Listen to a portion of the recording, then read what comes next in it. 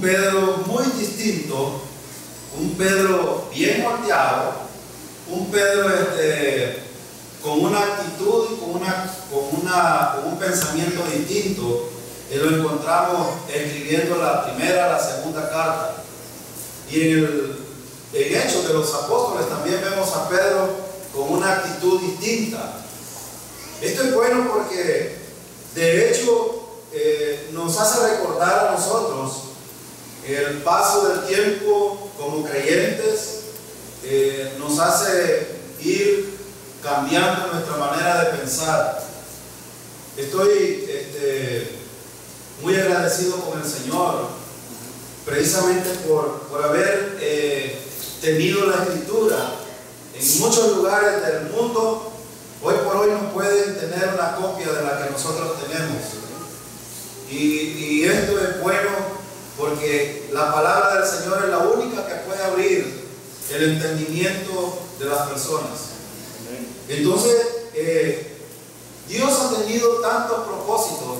Y cuando el hermano Moni leía la invitación de los hermanos de Duluth a la conferencia, también recordaba algunas de las cosas que me han contado del 2000, del año 2000 para atrás, cómo esta iglesia había vivido en un, podría decir, un abismo espiritual en cuanto a la vida práctica y en cuanto a la salvación también.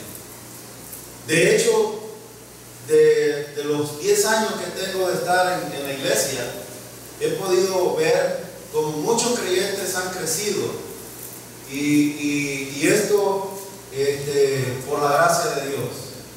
Nada, hermanos, debe de hacernos jactar en nuestra vida, porque todo procede del Señor y no de nosotros. Por eso Pablo dijo en la carta a los Corintios que mientras este cuerpo se va deteriorando, el interior se va renovando día con día. Y esto tiene que tener voluntad propia creyente para que esto pueda ser posible en la vida de los creyentes. Estamos estudiando el Evangelio de San Marcos y estamos en el capítulo 1. Y como es algo característico de esta iglesia, no pasar por alto, tomar temas aislados, sino estudiar verso por verso. Entonces es muy importante hacer recordar algunas cosas que ya hemos estudiado.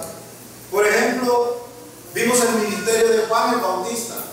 El propósito, preparar el camino del Señor. El mensaje, el evangelio del reino y arrepentimiento.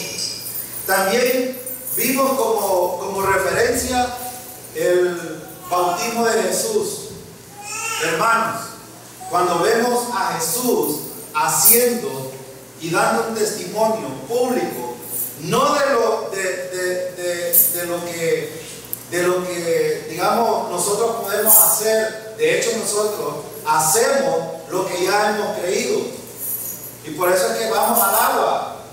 Y Jesús nos muestra una de las cosas importantes que acabamos de estudiar en Pedro: obediencia y honra a Dios. Esto es muy importante. La santificación de un creyente requiere precisamente obediencia y respeto a Dios. Respeto a Dios.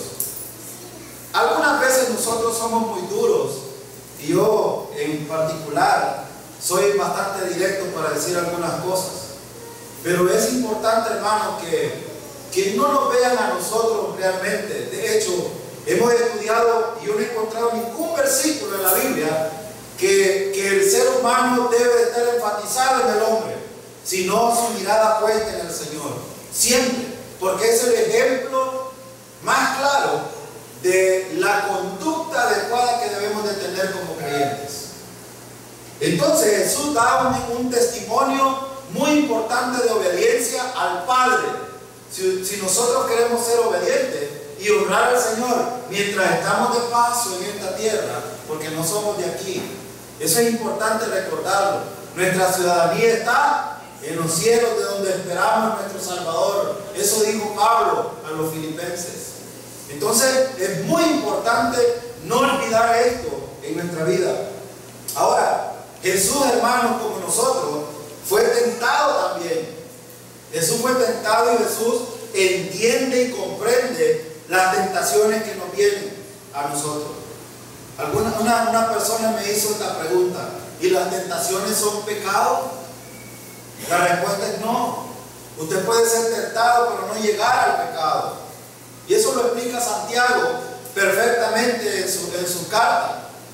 Pero de hecho, que cuando usted accede al pecado, entonces, o a la tentación, puede consumarse el pecado esto.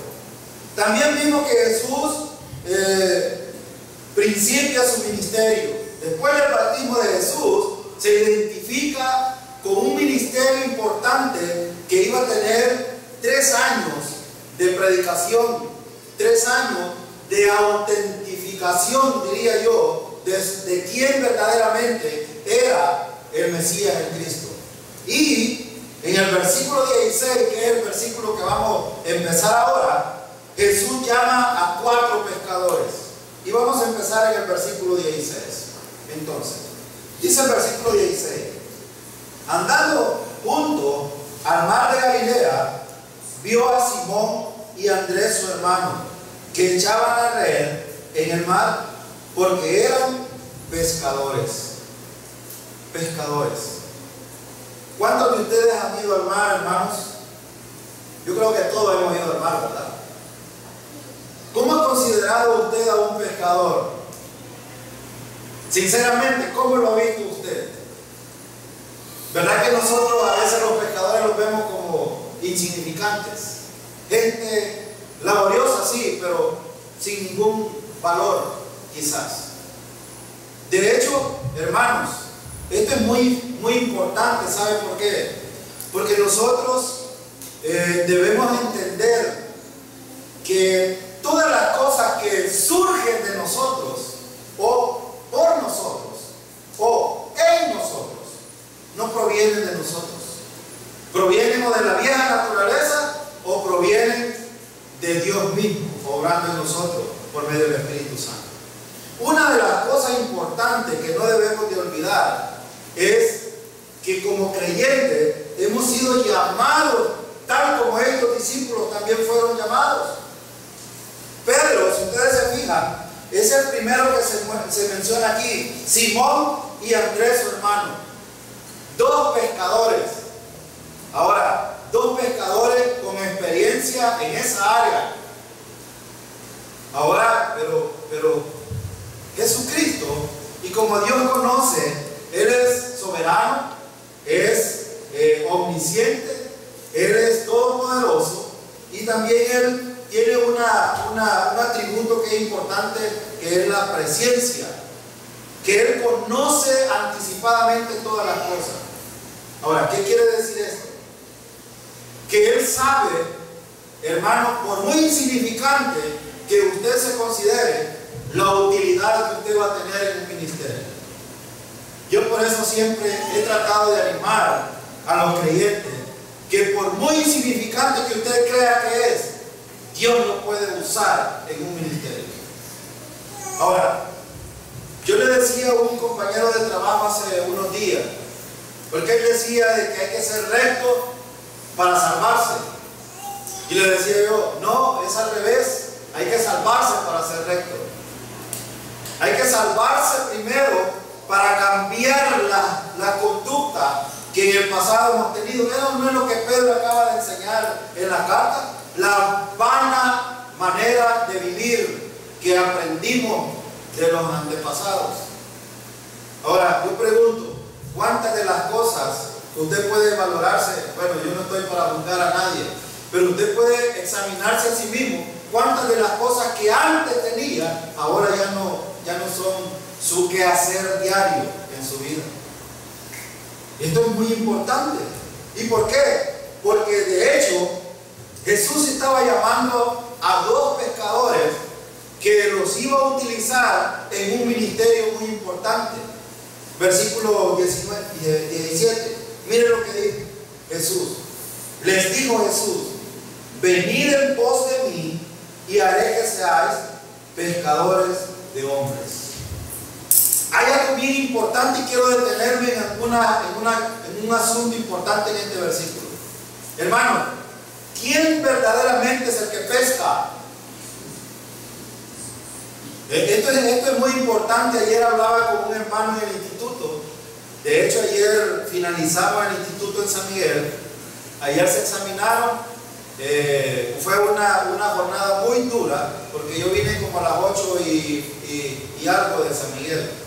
Tuvieron que venirnos a dejar porque con el hermano Aníbal estuvimos muy tarde allá.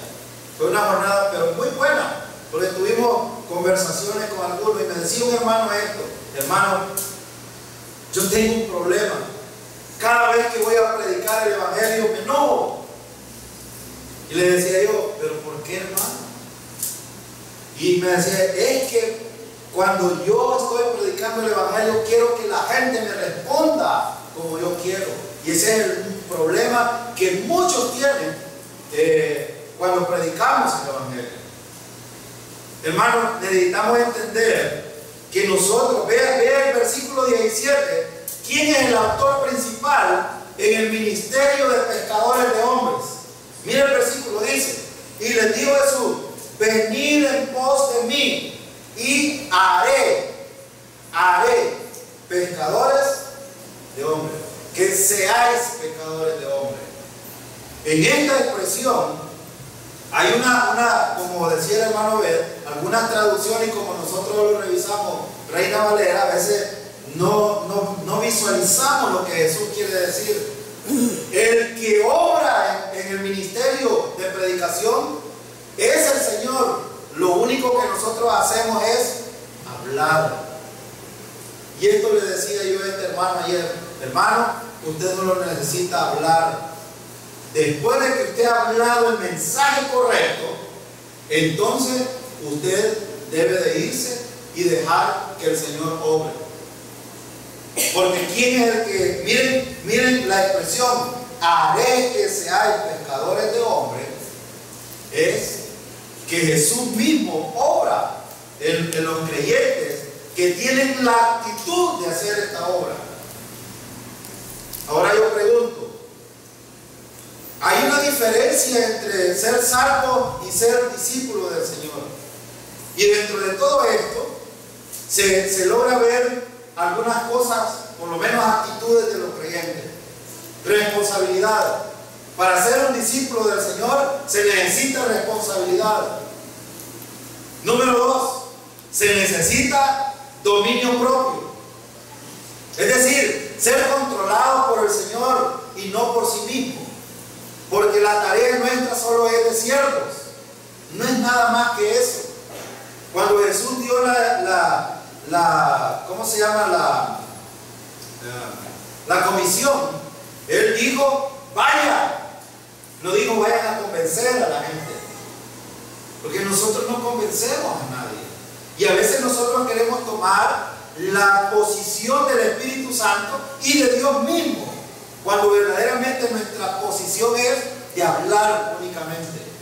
La tarea de nosotros es decir lo que Cristo hizo por nosotros y por el mundo entero. Nada más. Nada más. Entonces, por eso es que cuando Jesús dice esto, Él les dice: síganme.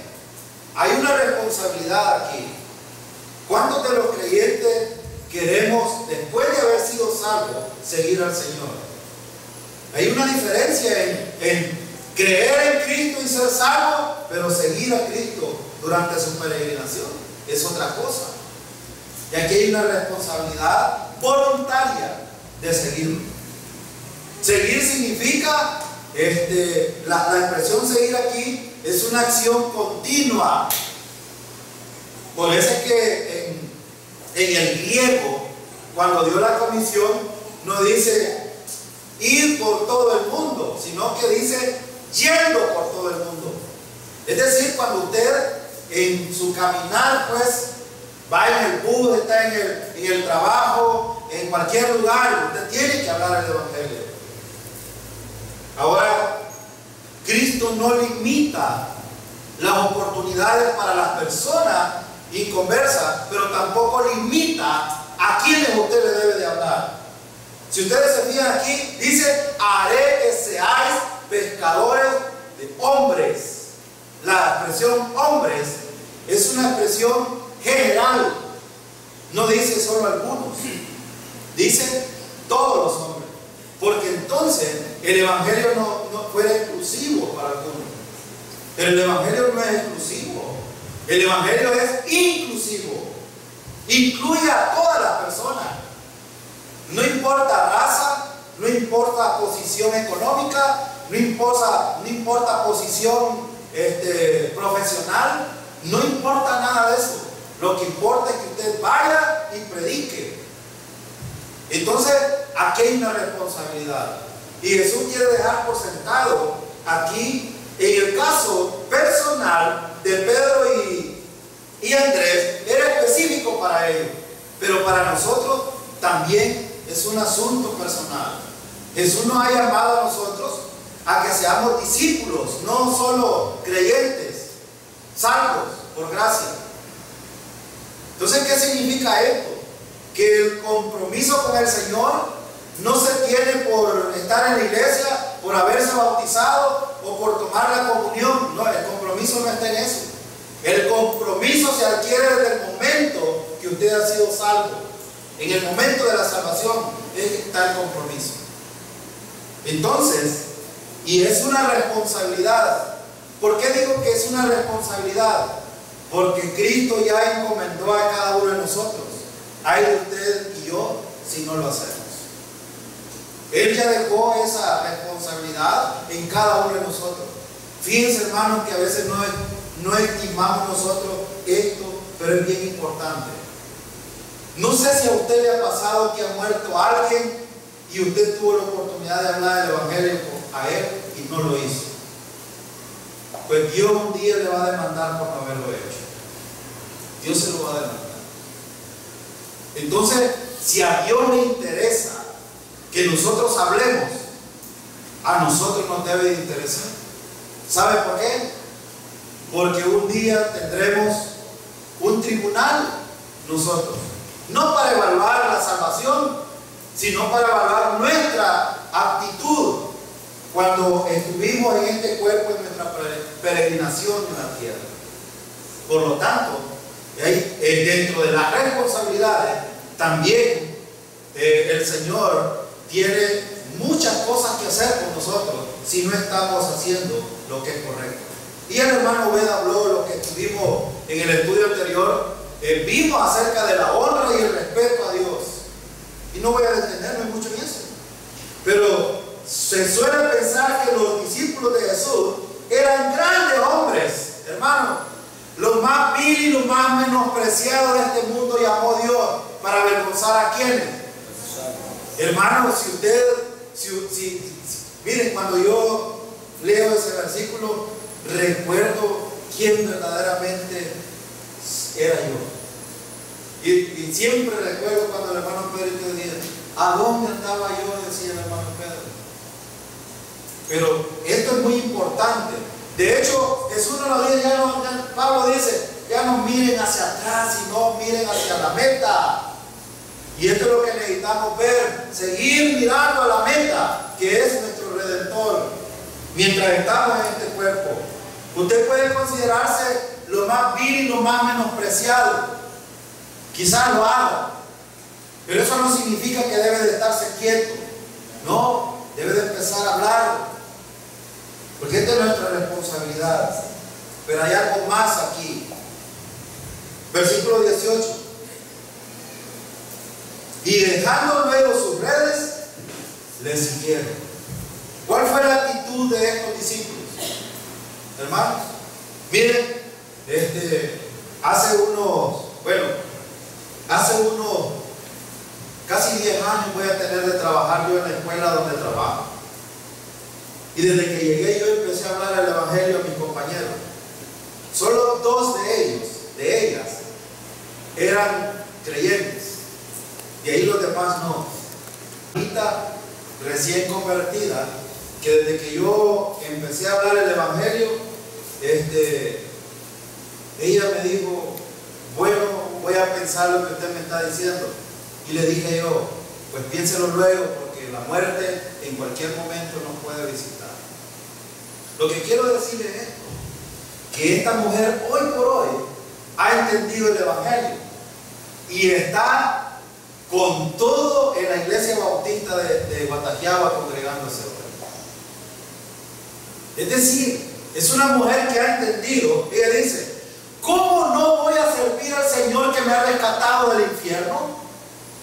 ¿Cómo no lo voy a hacer? Ahora esta mujer está sirviendo, ella va a las reuniones, ella le anda preguntando a la otra hermana: hermana, ¿cuándo tenemos reunión? A tales horas ahora. ¿Va a ir? Le dice: sí, voy a ir. Es una mujer que está con ganas de aprender, pero no solo eso hace.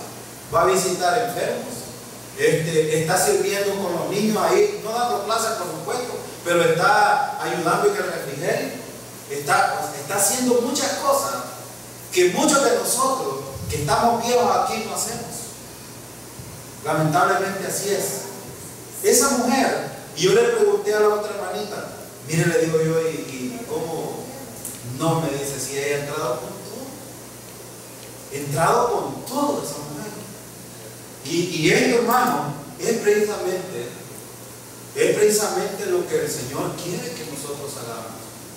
Seguir a Cristo implica inclusive de poner muchas cosas. Algunos de nosotros el televisor, la hamaca, los hijos, los padres, etc.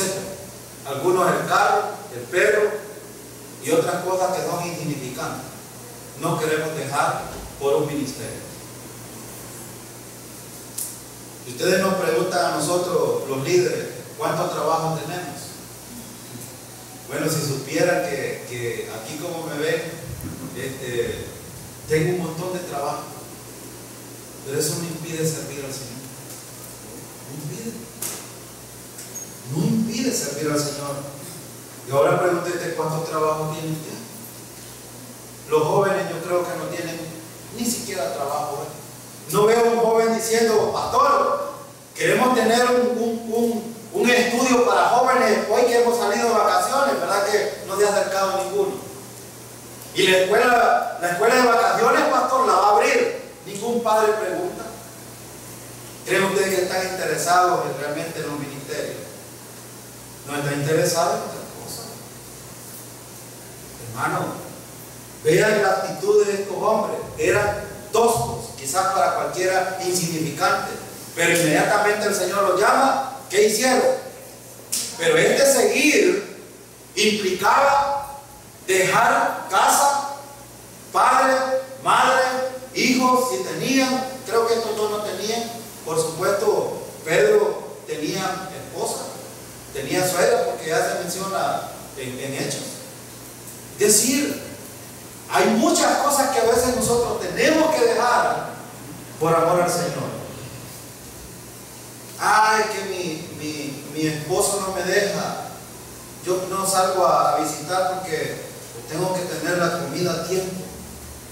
Yo recuerdo que cuando cambiaron el horario de la iglesia en algunos cultos, salió una hermanita allá afuera, estaba prendida y me dijo: qué barbaridad, ya no vengo a la iglesia.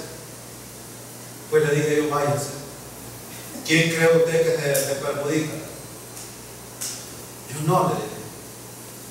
Usted mismo se va a perjudicar. Y hasta el día de hoy tengo tiempo de no verla aquí por los cielos. Y lamento mucho eso, porque a veces creen que las actitudes son correctas y se enojan con él. Bueno, con nosotros quizás pueden enojarse, pero a veces reclaman porque Dios está obrando. Yo ya dije al principio, he visto mucha madurez dentro de la iglesia. Todavía nos falta ir escalando, ir madurando, ir cambiando algunas cosas. Y esto es parte del discipulado.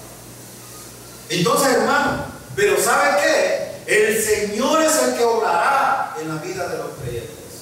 Él lo va a hacer. Por eso a mí no me preocupa si un creyente no quiere cambiar su manera de pensar o quiere seguir siendo rebelde. Ya el hermano ve por el estudio que vimos en Pedro, porque Pedro lo dice: bueno, si son rebeldes, el Señor los va a juzgar. Yo el domingo pasado decía, si usted no le está pasando nada y está viviendo la vida como usted le está dando la regalada gana, bueno, preocúpese,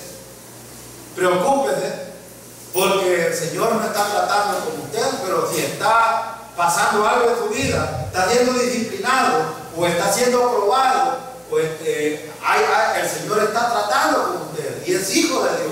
Esa es la evidencia. Pero entonces, por eso, hermanos, necesitamos primero respetar al Señor y honrarlo. Ahora, aunque, hermanos, estos no habían crecido todavía, crecieron, yo pienso que Pedro creció precisamente después de la muerte de Cristo.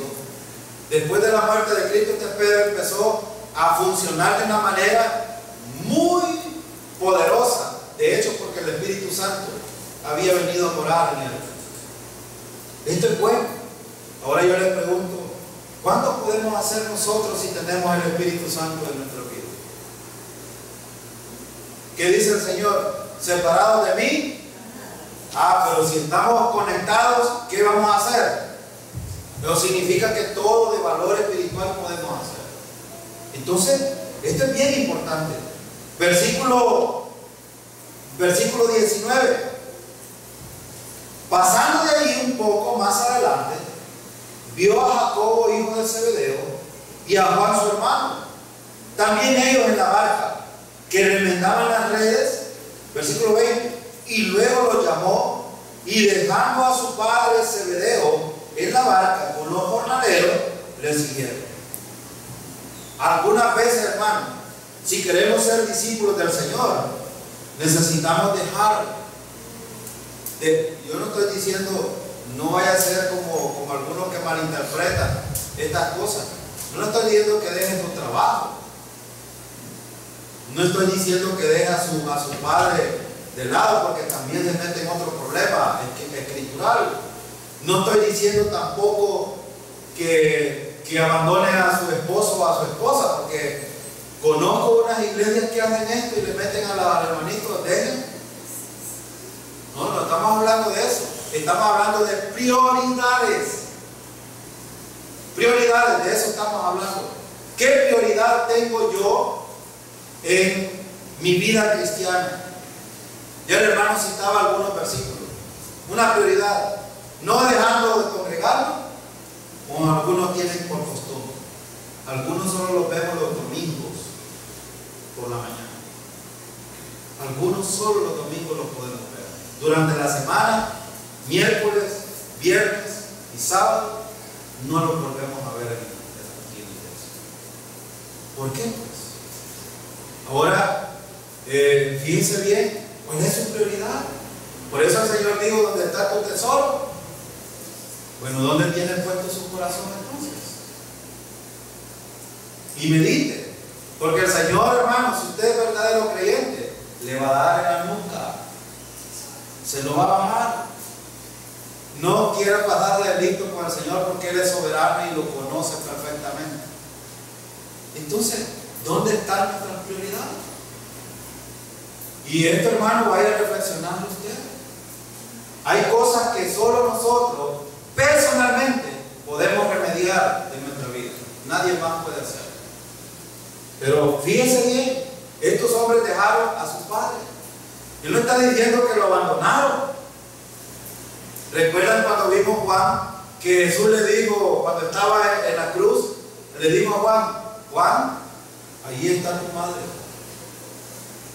Le estaba dando una responsabilidad, no la abandones, hónrala, porque te vas a beneficiar de ello. Y yo hablé mucho de esto en esa oportunidad. De hecho, ellos estaban abandonando, dejando su trabajo, dejando a sus padres, dejando por amor a aprender a cómo servir en un ministerio del Señor.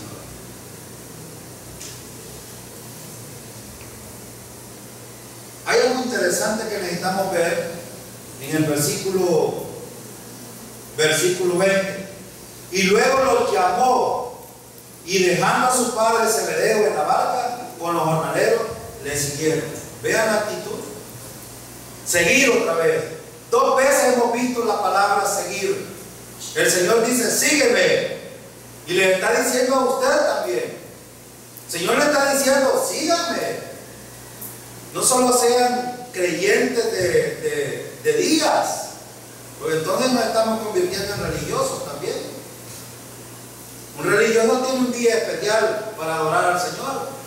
Nosotros no tenemos días especiales para adorar al Señor. Cada momento de nuestra existencia es el momento para adorar al Señor y para servirlo, porque somos siervos del Señor. Él es el dueño. Recuerden, a veces nosotros somos malcriados porque pensamos que nosotros somos dueños de nuestra vida. ¿Y qué se meten con mi vida? Con mi vida. ¿A quién le pertenece la vida suya y la mía, hermano? A veces somos bien malcriados, ¿verdad? Por eso el Señor le está diciendo, ven, necesitas estar aquí para que crezcas, para que sirvas, para que puedas ser útil. En otras palabras, el seguir es muy importante aquí, porque es la acción voluntaria de un creyente que ha confiado en Cristo para poder funcionar como creyente. Entonces, el Señor va a identificarse aquí con algo bien importante. Un hombre que tenía un espíritu inmundo. Y miren, el Señor no llama a alguien por casualidad. Tiene un propósito. Y si a usted lo ha llamado, tiene un propósito por el cual lo ha llamado. Versículo 21. Miren lo que dice. Y entraron en Capernaum, y los días de reposo, entrando en la sinagoga, enseñaba. Algo importante que necesitamos ver aquí, hermano, que la sinagoga, los judíos tenían un solo templo, pero muchos de ellos no podían ir al templo. Entonces se reunían en una, digamos, voy a decirle, en un edificio donde tomaban como sinagoga, como lo hacemos hoy nosotros. Reunirnos el día domingo en este lugar. Entonces ellos se reunían y tenían una costumbre. Cuando no estaba el rabino o el maestro que enseñaba la ley, entonces permitían que alguien que llegara enseñara. Y por eso Jesús, si ustedes se fijan, ¿a dónde fue aquí? A la sinagoga. Porque de hecho Jesús le interesaba identificarse con los judíos primero, que entendieran quién era Él. Recuerdan que Juan había preparado el camino, pero ahora Él necesitaba que ellos entendieran quién era Jesús. Y va a las sinagogas. Pero miren el colmo de todas las cosas. Versículo 22. Algo importante en el 21. ¿Qué hacía Jesús? Enseñaba. Esto es bien importante. ¿Qué enseñaba Jesús? La palabra de Dios, hermano. Por eso es que los que enseñamos necesitamos enseñar lo que la Biblia dice, no decir otras barrabasadas, como hacen muchos. Debemos un día de esto. Yo, como el hermano Obed, yo fui católico, pero había muchas cosas que no me calaban cuando estaba de 6 a 8 años. No me calaban. Y yo, como era un poco pícaro, una vez fui y le levanté la falda ayer. Y yo decía, bueno, y aquí, es que esas estatuas que tienen ahí, solo les hacen de aquí para arriba. De aquí para abajo no tienen pies, no tiene, es un armazón, si es de madera, sino de hierro, como decía el hermano. Entonces yo muchas veces hacía tonterías, pero eran cosas que a mí me resaltaban. Yo llegaba allá a San Gerardo y le decía, bueno, allá hay una imagen grande que casi ni la pueden, podemos mandarla a hacer una pequeñita para andarla paseando. Y yo llegaba a San Gerardo y le decía, hola San Gerardo, ¿cómo estás? Y le decía yo, ¿y por qué no me contestás? Yo hacía estas cosas. Yo le decía a mi mamá, mamá, fui a saludar a Gerardo y no me contestó. Y mi mamá decía, es que no está aquí, por eso es que no te contesto. Deja la respuesta de él. Yo decía, no puede ser. Entonces, lo que quiero decir es esto. Un sacerdote famoso de El Salvador, que no es salvadoreño, sino que es extranjero, es norteamericano. Lo siguen mucho los católicos. Y yo estoy estudiando la historia católica por muchas cosas, porque a veces me toca enseñarle a mi mamá y me toca estarle enseñando algunas cosas. Entonces este hombre estaba enseñando Mateo 24 y 25 y le estaba diciendo a la pobre gente, ya ven, para salvarse ustedes tienen que, tuve hambre, me diste de comer, tuve sed y me diste de beber, fui forastero, hay que ser buenas personas, hay que ser rectos, y bueno, le estaba enseñando muchas cosas fuera de contexto. Esta semana tuve una plática con un religioso que tengo yo en la escuela, un compañero, que me citó esos dos pasajes y tuve que irle a explicar el contexto. Menos mal que él me lo permite. Tuvimos hora y media platicando de eso. Y me dice, bueno, yo sé que la salvación es por fe, pero el resultado son las obras. Bueno, bien lo dijo. Ese es el contexto adecuado de la salvación. Fe, primero, obras como resultado.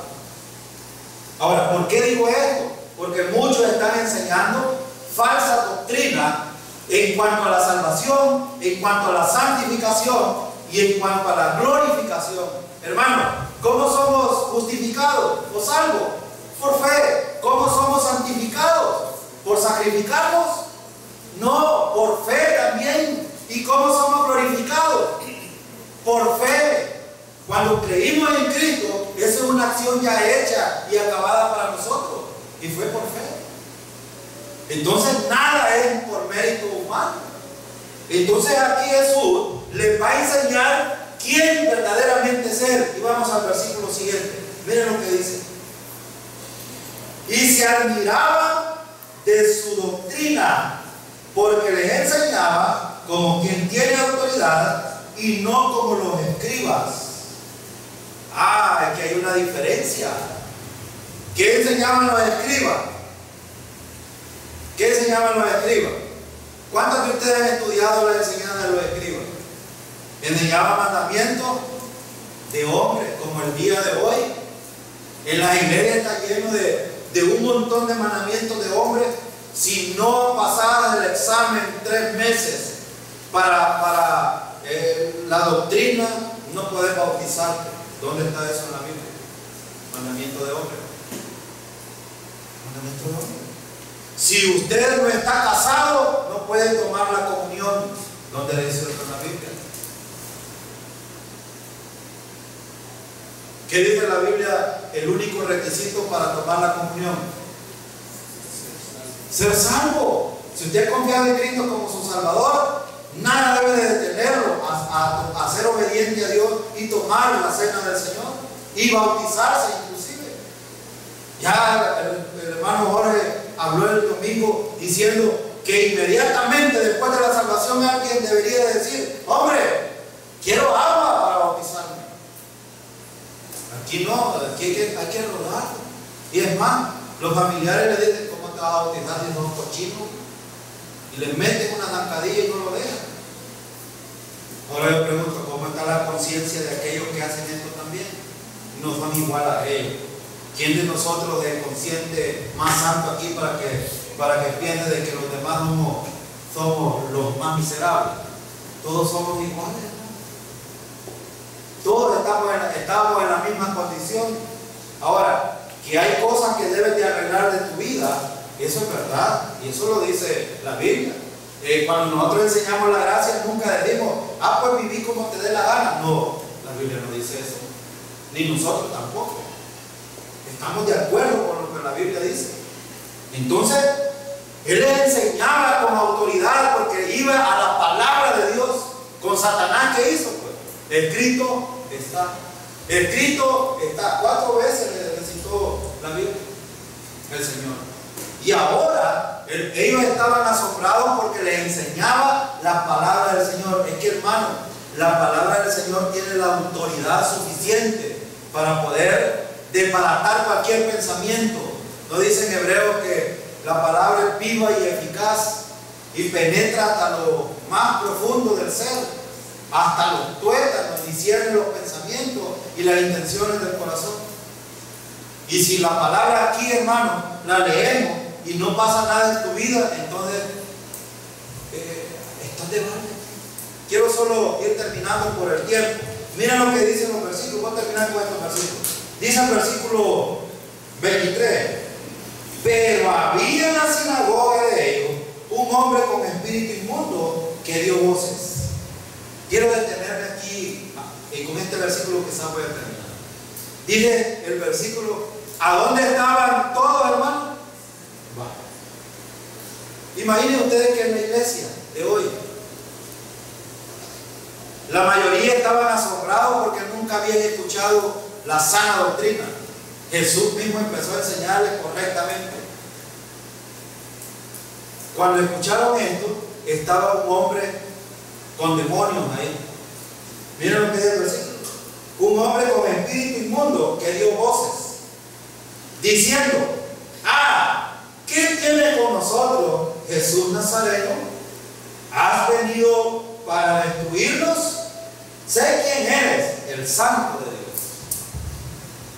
Número uno, quiero decir algunas cosas aquí. Número uno, el hecho de que estés en el lugar adecuado no significa de que eres salvo. ¿Entendió lo que acabo de decir? Hay mucha gente en las iglesias hoy por hoy, pero que no son salvos, porque no es salvo el que está ahí por eso. No es así. Aquí puede usted pasar toda su vida y no ser salvo. Así de sencillo. Porque la salvación es por creer, por creerle a Dios que lo que Cristo hizo en la cruz es suficiente para pagar el precio por nuestro pecado. Eso es lo que salva. Y si no ha hecho esto en su mente de cambiar esa manera de pensar, puede pasar toda su vida aquí, estar en el lugar correcto, oír la palabra del Señor y no pasar nada en su vida. Pero si ha confiado en Cristo, gloria a Dios, es salvo. Aquí no estamos discutiendo otra cosa, pero sí hay otra cosa que quiero mencionar. Número 2, pueden haber endemoniados en una iglesia, hermano. Y por eso yo no dudo de que muchos falsos maestros hoy por hoy, están haciendo rituales espiritistas dentro de las iglesias y han metido el espiritismo en la iglesia de Dios. Porque ahí en las iglesias hay gente que está endemoniada. Una vez tuve la oportunidad de hablar con una mujer, yo creo que ustedes la conocieron, una señora que le decían Lajiño. ¿La conocieron? Llegó a mi casa cuando vivía aquí en la esquina. Y esa mujer desde que llegó me dijo: María tiene poder. Y yo adoro a María y empezó a cantar una voz.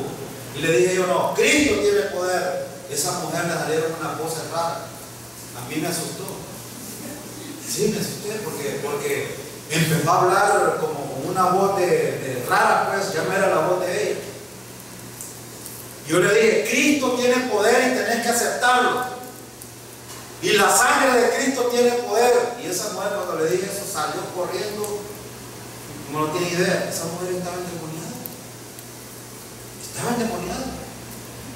Ahora, aquí cuentan una historia que vino un hombre endemoniado y tuvieron que hacerle tuvieron que orar por él, y hasta que él aceptó que Cristo tenía poder, el hombre volvió vencido otra vez. Aunque nosotros no practicamos mucho de esas cosas, pero hermanos, aquí pueden haber gente que puede tener demonios también.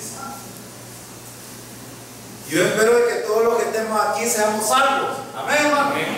Porque si usted es salvo, ya nada tiene que ver. Una cosa importante, hermano: los demonios conocen a Jesús. Mira el versículo que dice. Fíjate que aquí no está hablando de los que estaban en la sinagoga. El espíritu inmundo habló por los que estaban dentro del endemoniado. Mira lo que dice el versículo. Pero había en la sinagoga de ellos un hombre con espíritu inmundo diciendo: ¿qué tiene con nosotros Jesús Nazareno? Ellos están hablando del espíritu inmundo. Porque cuando un demonio tomaba a una persona, no era uno, eran legiones de demonios que entraban. Y si ustedes fijan, dice: ¿qué tienes con nosotros? Es más, le dice: nosotros te conocemos. ¿Y por qué lo conocía?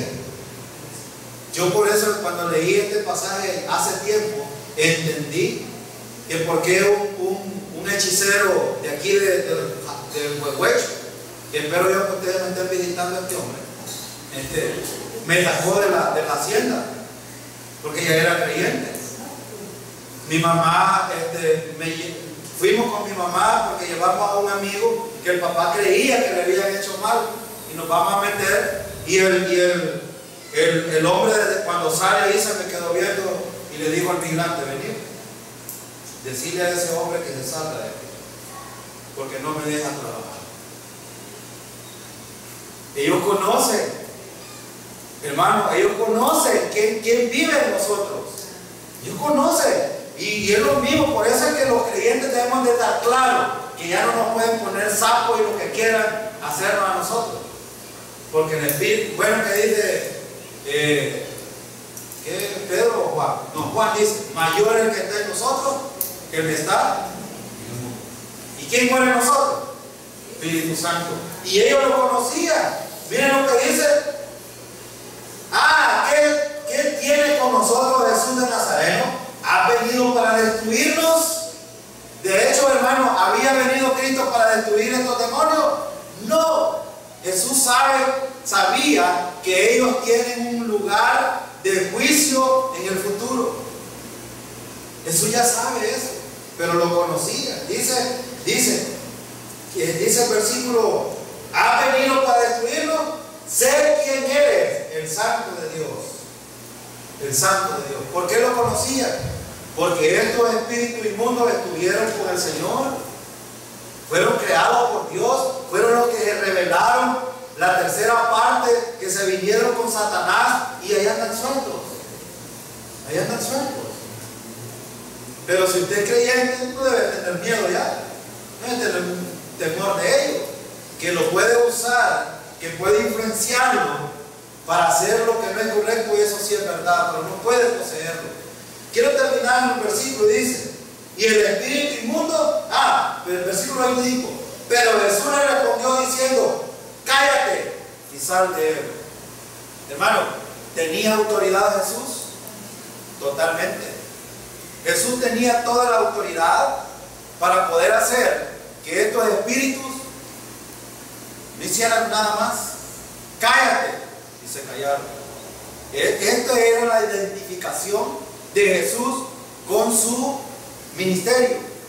Y miren en el versículo 26: y el espíritu inmundo, sacudiéndose con violencia y clamando a gran voz, salió de él.